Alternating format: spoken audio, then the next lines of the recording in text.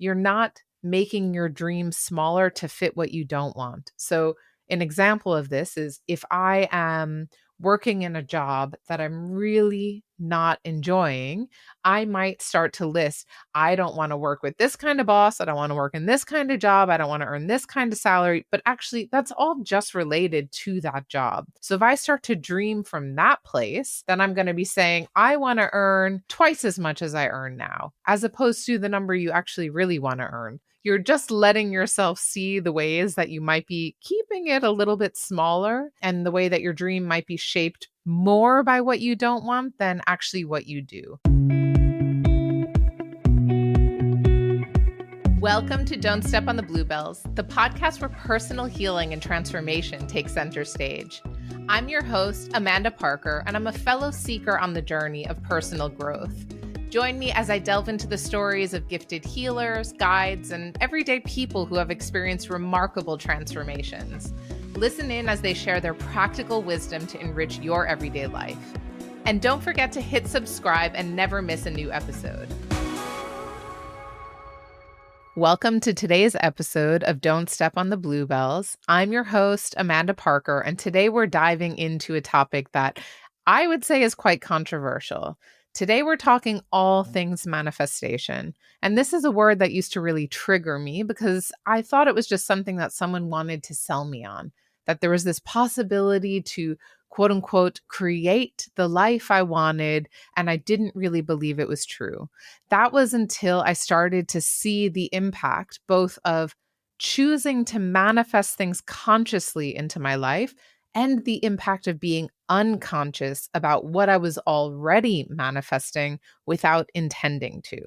So if you are anything like I used to be and you're a skeptic, or maybe you're just looking to dig in a bit deeper to what manifestation is, this episode is for you.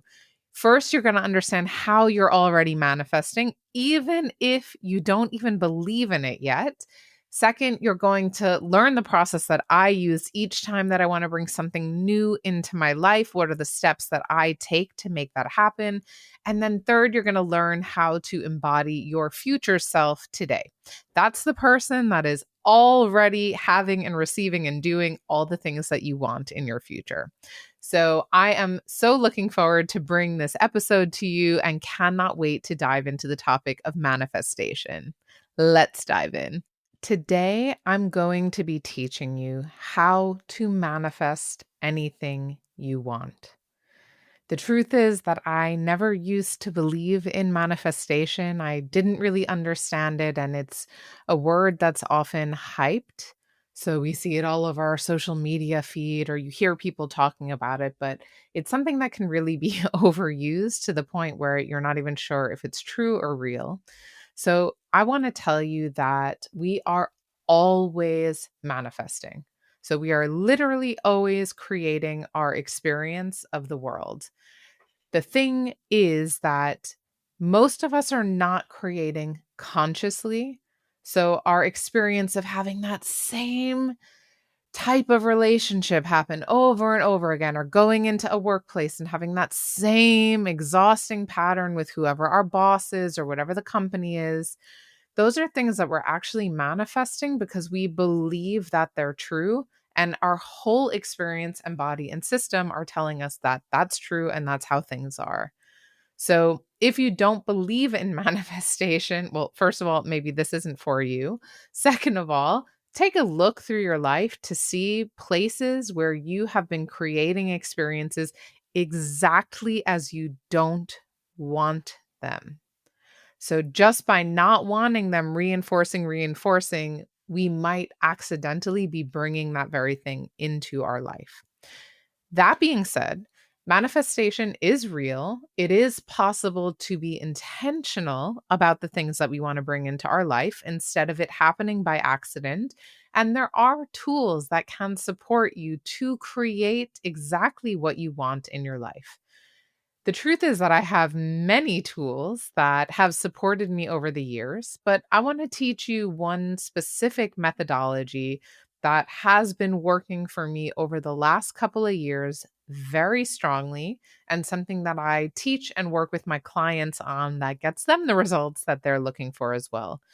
in my own life, this has become opportunities to work together with others in retreats or to give talks or to work with clients that I absolutely love.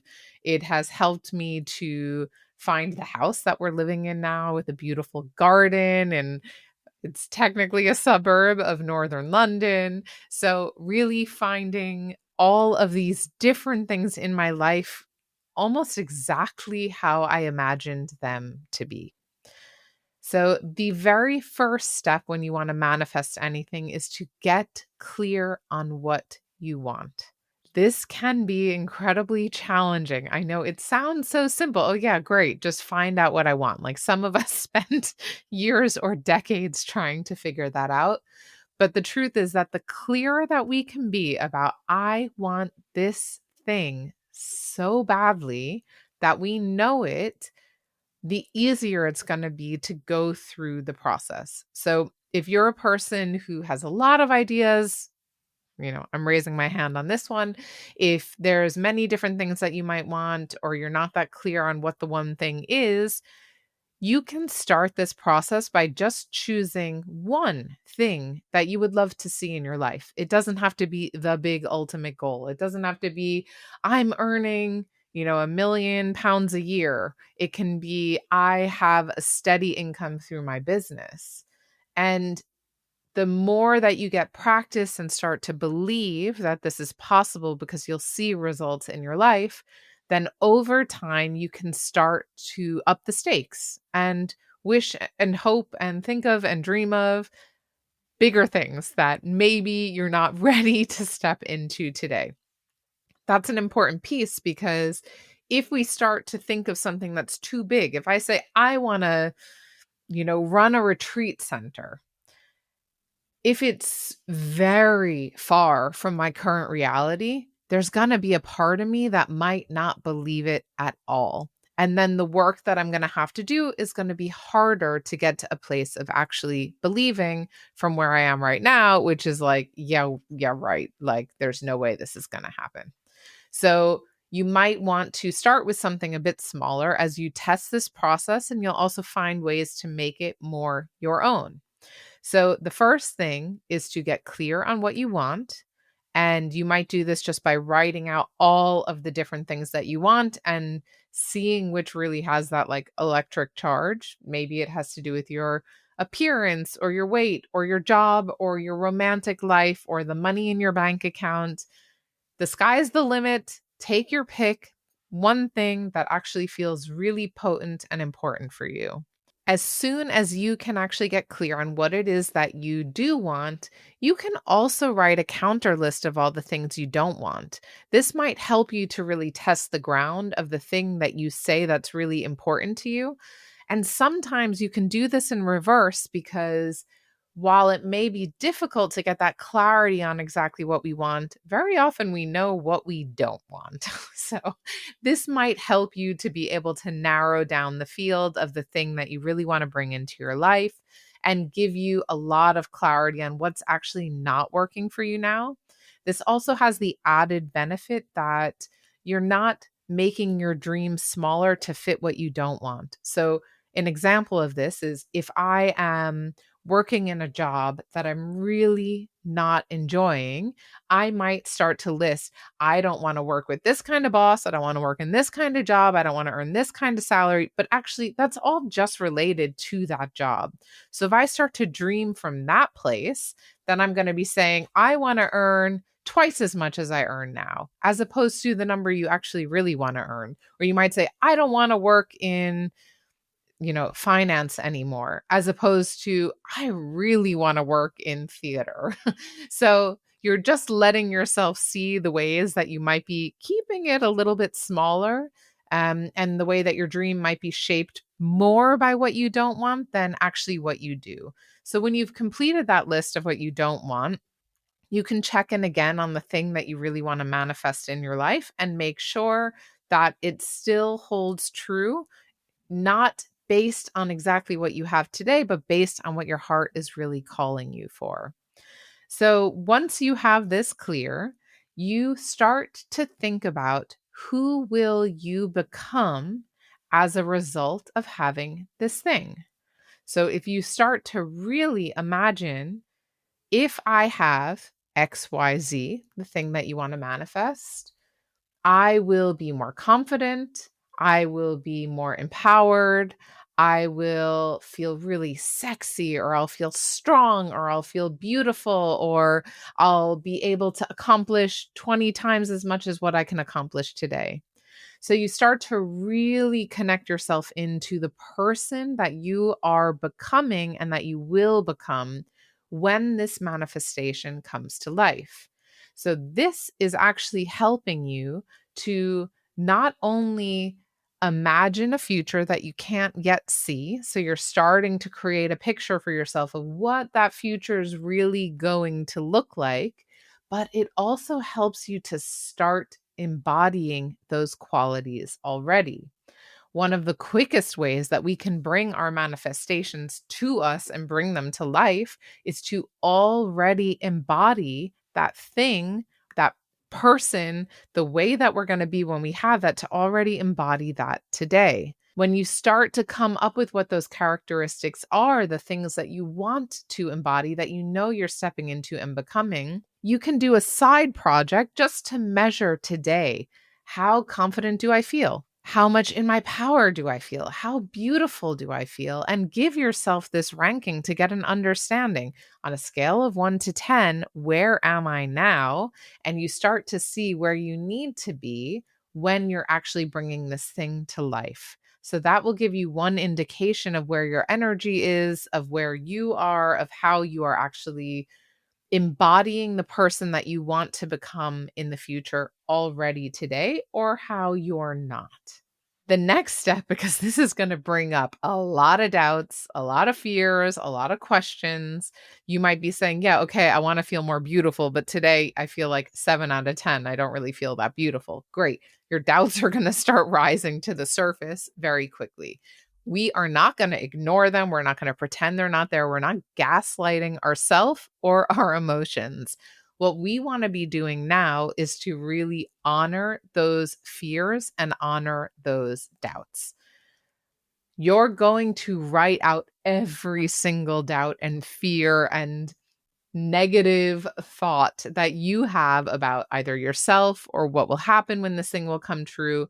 So you might write it as a sentence saying, I am afraid that when XYZ comes to life, I will dot, dot, dot. Maybe you'll lose all your friends. Maybe you won't be earning as much money. Maybe you're afraid that your relationship will fall apart. Maybe you're afraid that your current clients won't want to work with you anymore. So, everything that comes up, all of those fears, no matter how trivial it may seem, they deserve a space on that page, because you want to be able to honor all those fears.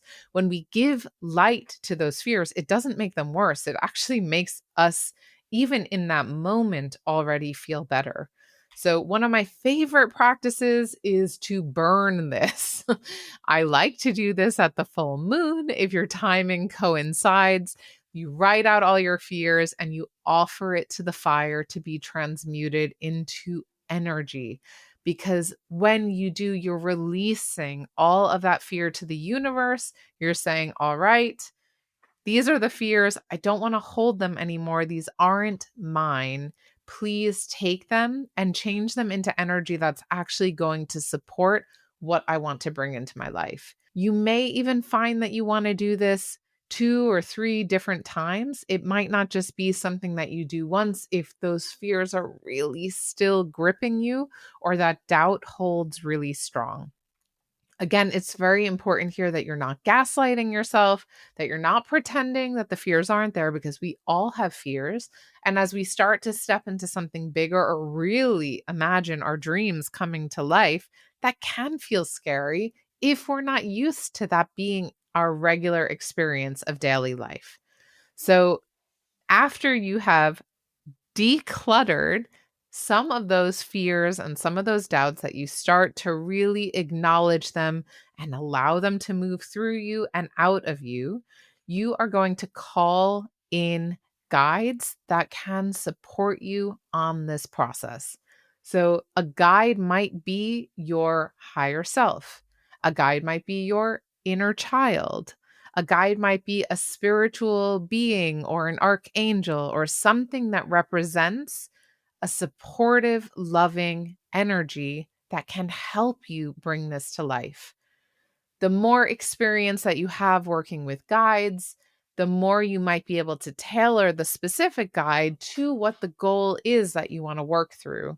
So, for example, if I'm working on a writing project, Archangel Gabriel is someone who is known to support journalism and writing.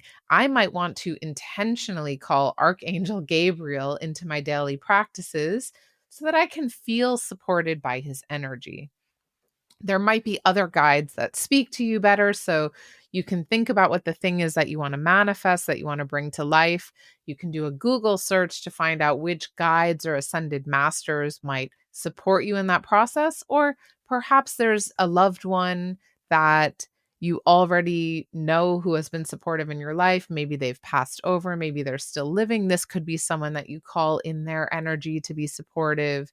Pets are also amazing for this, possibly pieces of nature or places in nature that you've been before. So there's no one right or wrong way to call in guidance. But the point is that you want to intentionally call someone or some energy in that can support you lovingly as you're bringing this manifestation to life. One thing I love to do, definitely working with some ascended masters or higher guidance, but also I work a lot with crystals. So I might just go into a crystal store and hold my intention, the manifestation that I want to bring to life. And I might just look around the store and see what calls my attention. Then I pick up the crystal and then I hold it and I see, does this feel like what I need? And if it feels positive to me, like, you know what, this is the right thing, I'll get that crystal and I'll keep it with me as I'm working through that particular manifestation. You might also want to look up different crystals and what they mean. You might intentionally go to the store and buy something that specifically has to do with what you want to bring to life. But in my experience, the best method is just to go in, see what calls your attention, and then just trust that that is the right thing that you need right now for what you want to call into your life. We've gotten clear on what you want, on what you don't want. We've gotten clear on the person that you're going to become as a result of that manifestation coming to life. We've decluttered those fears and doubts. And as they keep coming up, we're going to keep decluttering them. This is the process that keeps on giving and doesn't end, just one and done. We're calling in our guides. The next step is to really clearly visualize what that future looks like. The best way to do this is going to be through meditation. You will actually go on a journey to meet the version of you who is already living this manifestation. So you're going to go in your mind's eye to see what life looks like, what life feels like, to see how you look. How are you dressed? What does your hair look like? What's the quality of your energy? Do you feel light and happy? Do you feel grounded? Do you feel serious, accomplished? And you're going to really connect with that person who you are becoming when that manifestation is real. And you might even take notice of your surroundings. Maybe you notice what country you're in, or what kind of house you're in, or what kind of workplace you're in. So you're actually allowing yourself to truly visualize and embody what that feels like, because your mind actually doesn't know the difference between what is imagined and what is real. The universe can't tell the difference. So the more that you're able to see that with clarity, if I want to be, standing on stages, which I do, and the more that I can see myself standing on that stage, how I'm dressed for the performance, what my hair looks like, my makeup, how many people are in the audience, what kind of venue am I standing in, the clearer that I see that, the more likely it is to come to be, because I'm already creating that in my lived perception of the world. So I'm starting to embody the woman that's on that stage that I can already see today. And I'm bringing her closer and closer to my current lived experience. Once you have that visual, you're going to want to connect with that. My recommendation is daily until that manifestation comes to pass. If you don't have the time or the practice to be able to do it daily, weekly is going to be fine. The point is that you keep connecting in so that you can start to believe it more and more. And as I said before, that when you're connecting in with that visualization, when you're connecting in with that version of you that's already embodying what you want, if more fears and doubts start to rise, address them. Don't ignore them. Write them down. Look at what they are. Allow them to be there. There's no shame here. There's no guilt. There's no judgment. You just allow it to be.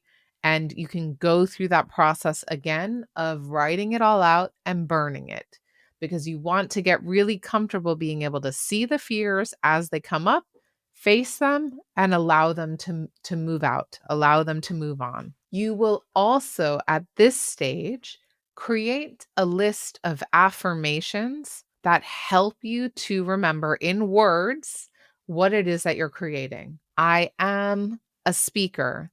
I speak on stages to audiences of thousands of people. I am a homeowner. I am a loving partner. I'm in a loving partnership. Love is attracted to me. Money is attracted to me. My income is constantly increasing. You will find the affirmations that fit your situation best. If you need support to find affirmations, I highly recommend to buy a book by Louise Hay. You might buy the book called You Can Heal Your Life, or you might buy the book called Mirror Work, where she lists a number of affirmations that can support you in your process. And you want to find however many feels good. I say to start with maybe 5. And these are affirmations that you will repeat to yourself every single day. I recommend in the morning because your mind is not fully awake yet. So we're still a little bit in that dream state between wakefulness and sleeping. And you're able to really tell your mind very clearly what it needs to know to be able to remember, okay, I am speaking on a stage. I am a homeowner. I am a whatever the things are. So we might think that it sounds ridiculous to start, but I promise you it works. I promise. Because over years and years of working with affirmations in different formats, I have been able to change my own beliefs about things that I never even thought were possible. The thing with manifestation is that you can be clear by such and such a date, I want XYZ to happen, but it doesn't always follow your timeline. So this might be a process that you decide in the next 3 weeks, I want this to happen. And by all means, believe it, let me believe it, and like bring that thing to life in that time frame. But if it's moving a bit slower than what you expected, just keep up the work because it will come to you. Sometimes it just takes a bit longer. The timing might be a bit off. The universe might be trying to find the right people to bring into your life or situations that allow you to fully embody whatever that manifestation is. So you have to give it a bit of time and stick with this until it comes through. And that is when you'll know.